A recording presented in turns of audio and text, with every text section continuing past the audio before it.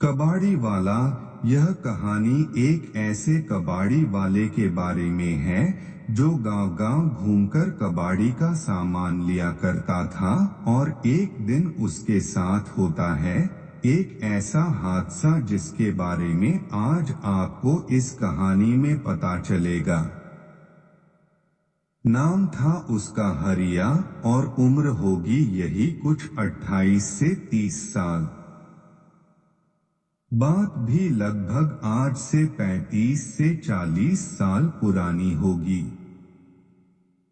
हरिया कबाड़ी का काम करता था और उसके परिवार में वो, उसकी बीवी लता और उसके 2 बच्चे थे। दुकान तो उसकी झोला ही थी, मतलब दुकान नहीं थी उसकी। केवल एक साइकिल थी जिस पर वह कबाड़ी का सामान लादे रहता था। वो तो केवल इस गांव से उस गांव जाकर पुराना सामान खरीदता था और उस सामान को शहर जाकर बेच देता था जिससे उसे कुछ पैसे मिल जाते थे और उसकी आजीविका चलती थी। वो समय ऐसा था कि जब न तो बिजली की व्यवस्था थी और न ही पक्के रास्तों की। इंसानों के द्वारा बनाई गई पगडंडियों से ही लोग आया जाया करते थे। हरिया भी उन्हीं रास्तों का इस्तेमाल करता था एक जगह से दूसरी जगह जाने में। ऐसे ही एक दिन की बात है जब सुबह सुबह ही हरिया दूसरे गांव में भंगार का सामान लेने के लिए निकल गया था। आज उसका दिन अच्छा था और उसको बहुत सारा कबाड़ी का सामान मिला। तो उसने सोचा कि चलो 1-2 गांव और घूम आए तो थोड़ा और सामान मिल जाएगा। यही सब सोचकर वो दूसरे गांव भी चला गया। उसको वहां भी खूब सारा कबाड़े का सामान मिला और ऐसे करते करते उसे शाम हो गई थी। अब वो सोचने लगा कि अरे, आज तो समय का पता ही नहीं चला। मुझे घर पहुंचने में पक्का देर रात होने वाली है। अगर आज मैं यहाँ रुक जाता हूँ तो घर पर सब मेरी चिंता करेंगे। इसलिए मुझे जल्द से जल्द निकल जाना चाहिए। और यह सब सोचकर वो अपने घर की ओर निकल गया। वैसे वो अपने गांव से काफी दूर आ गया था और तकरीबन 3 से 4 घंटे उसके लगने वाले थे अपने गांव तक पहुंचने में। हे भगवान! आज काम के चक्कर में बहुत लेट हो गया हूँ। घर पर लता और बच्चे मेरी राह देख रहे होंगे।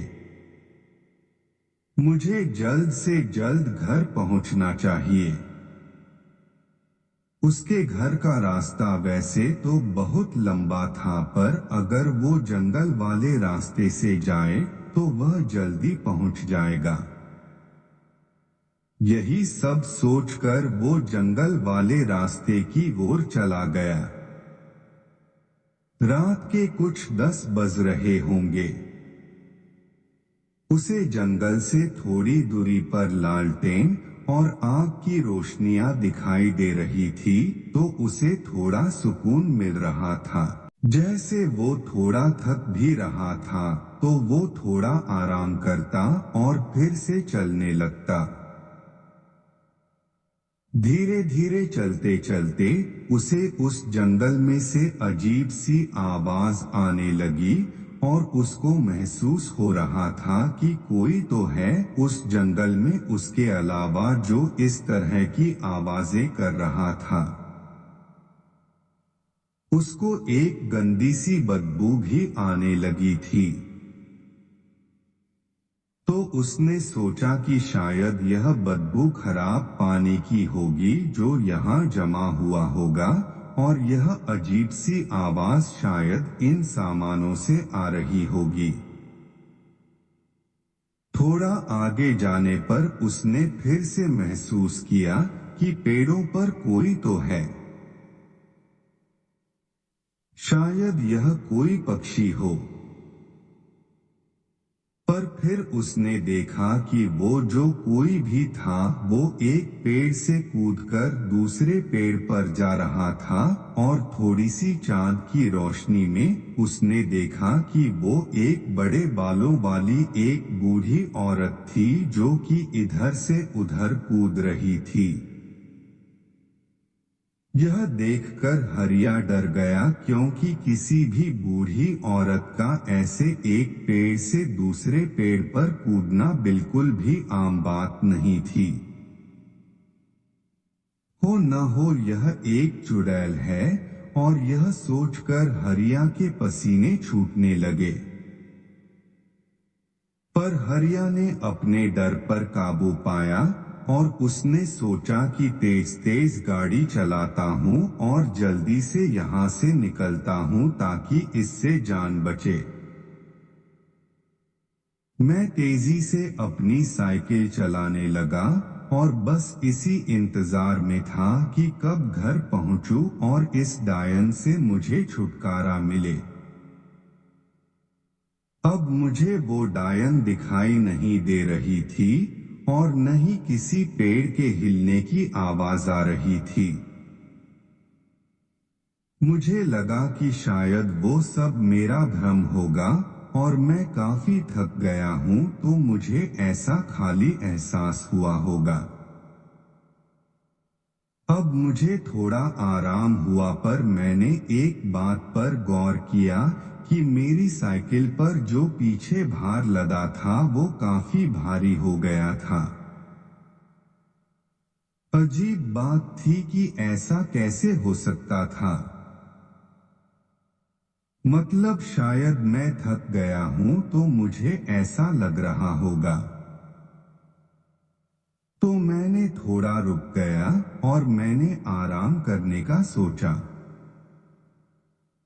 मैं आराम ही कर रहा था कि तभी मैंने अपने पीछे किसी की सांसों की आवाज सुनी। ऐसा लग रहा था जैसे वहां मेरे अलावा कोई और भी है। मुझे फिर से पसीने आने लगे और मैंने पीछे मुड़कर देखा, पर वहां कोई भी नहीं था। मैं काफी थक गया हूं। मुझे टॉयलेट करके निकलना चाहिए। मुझे पेशाब आ रही थी और मैं पेशाब करने के लिए पास ही की झाड़ी तक गया, और जब मैंने अपना काम खत्म किया तो जब मैं अपनी साइकिल तक जाने लगा तो मैंने देखा कि एक बूढ़ी और सफेद बालों वाली यह वही चुड़ैल थी जो कुछ देर पहले पेड़ों पर कूद रही थी। उससे देखकर मेरी जीभ गले में ही अटक गई। वो चुड़ैल काफी भयानक थी और उसका चेहरा बहुत ही बदसूरत और काला था। उसकी एक लंबी नाक थी और उसने काले रंग की शाल ओढ़ रखी थी। वो मेरी ओर देखकर हंस रही थी और अपनी जीभ मेरी तरफ करके मुझे उसके पास बुला रही थी। यह देखकर मैं समझ गया कि यह एक मांसनोचनी चुड़ैल है और आज ये मेरा भक्षण करेगी। उसने उसके हाथ में एक बड़े गंडासे को देखा और वो चुड़ैल उस गंडासे को हवा में हिलाती हुई उसके पास आने लगी। बस अब जितनी जान से हो सके मुझे भागना होगा, वरना ये चुड़ैल मुझे जिंदा खा जाएगी। और यह सोचकर हरिया तेजी से अपने गांव की ओर भागा और वो चुड़ैल भी उसके पीछे तेजी से भागने लगी। वो चुड़ैल उसकी पीछे भागते वक्त बड़ी ही भयानक और विकराल रूपी लग रही थी। पर हरिया भी जोर जोर से हनुमान जी का नाम लेते हुए भाग रहा था और बस गांव तक आ ही गया था, तभी चुड़ैल ने एक जोर की चीख निकाली और कहा, रुक, मुझे बहुत भूख लगी है। और फिर वो चुड़ैल हवा में ही गायब हो गई। हरिया फिर भी भागता रहा और गांव के मंदिर में जाकर बेहोश हो गया। फिर अगले दिन जब उसको होश आया तो सभी ने उससे पूछा कि क्या हुआ हरिया, तेरी ऐसी हालत और तू यहाँ क्यों सो रहा है? देख, पूरी रात तेरे बीवी बच्चे कितनी चिंता में थे। चल अब बता तेरे साथ क्या हुआ था। फिर हरिया ने उन्हें पूरी बात बताई तो वे सब उससे बोले, अरे तेरे दिमाग खराब था क्या जो तू उस मांस नोचनी के जंगल से गुजर कर आया? खैर, तेरे भाग्य अच्छा है जो तू बच गया। शायद तुझे भगवान ने बचा लिया। फिर हरिया उठा और उसने भगवान को धन्यवाद किया और अपने बीवी से मिलकर वो कुछ गांव वालों के साथ उस जंगल में उस जगह चला गया जहां पर उसकी कबाड़ी का सामान लादने वाली साइकिल थी। उन लोगों ने वहां जाकर देखा कि उसकी साइकिल के टुकड़े और कबाड़ी का सामान यहाँ वहां पड़ा हुआ था। यह उस चुड़ैल का ही काम था। हरिया उस दिन बच गया और फिर उसने गांठ बांध ली कि अब वो इस जंगल में कभी नहीं आएगा।